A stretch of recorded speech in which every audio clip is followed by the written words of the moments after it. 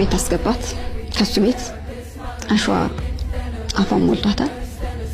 የጀርባ አጥንታችን ብቻ ነው የሚታየው፣ ማህፀኗ የለም። ደምታበታለች፣ አፍኗታል።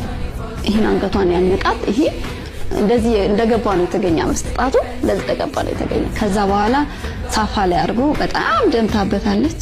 ሳፋ ላይ አርጎ አጠባት። ካጠበ በኋላ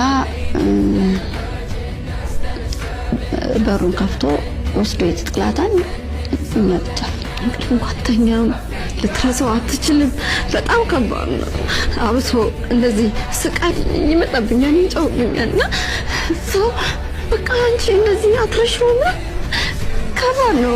ደርሶ ያየ ሰው ነው ይህን ስሜት ሊነግር የሚችልና እንደሌላው አይደለም።